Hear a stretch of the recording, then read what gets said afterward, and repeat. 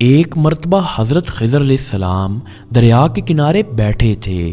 اتنے میں کسی ساحل نے آپ سے آ کر سوال کیا کہ میں آپ سے اللہ کے واسطے سوال کرتا ہوں، مجھے عنایت فرمائیے۔ یہ سن کر آپ پر بے ہوشی طاری ہو گئی۔ جب کچھ ہوش ہوا تو فرمانے لگے، بھائی میں تو صرف اپنی جان اور مال کا مالک ہوں، تم نے مجھ سے اللہ کے واسطے سوال کیا ہے، لہٰذا میں اپنی جان اور ذات تمہارے حوالے کرتا ہوں، تم جس طرح چاہو اس کو استعمال میں لاؤ، بازار میں فروخت کر کے اس کی قیمت سے فائدہ اٹھاؤ۔ چنانچہ ساحل ان کو بازار لے گیا اور ایک شخص سائمہ بن ارقم کے ہاتھ فروخت کر دیا۔ یہ خریدار ان کو اپنے گھر لے گیا جس کی پشت پر اس کا ایک باغ تھا۔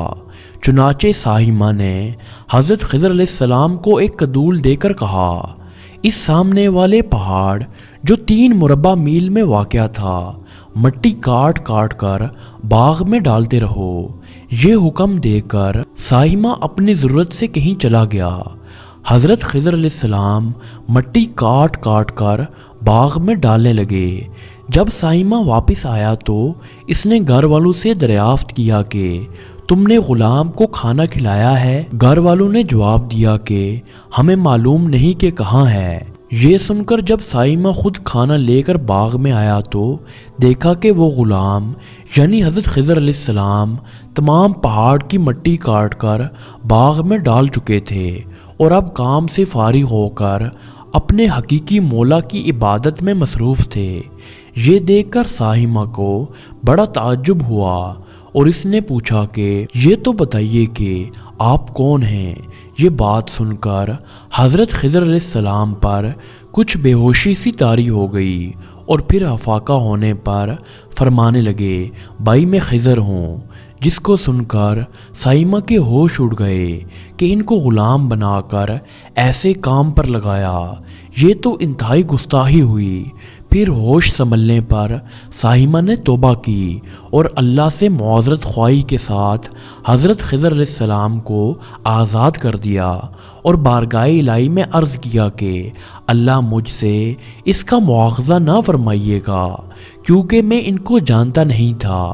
اور اس کے بعد حضرت خضر علیہ السلام نے دعا فرمائی اور سجدہ شکر بجا لایا کہ اے پروردگار، میں تیرے ہی حق میں غلام بنا اور تیرے ہی حق میں آزاد ہوا، اس پر تیرا شکر گزار ہوں۔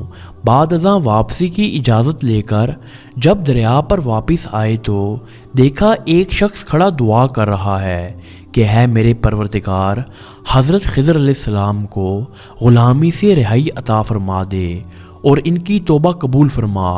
حضرت خضر علیہ السلام نے یہ دیکھ کر اس شخص سے دریافت کیا کہ آخر آپ کون ہیں؟ اس شخص نے جواب دیا کہ شاذون ہوں، آپ کون ہیں؟ آپ نے فرمایا میں خضر ہوں۔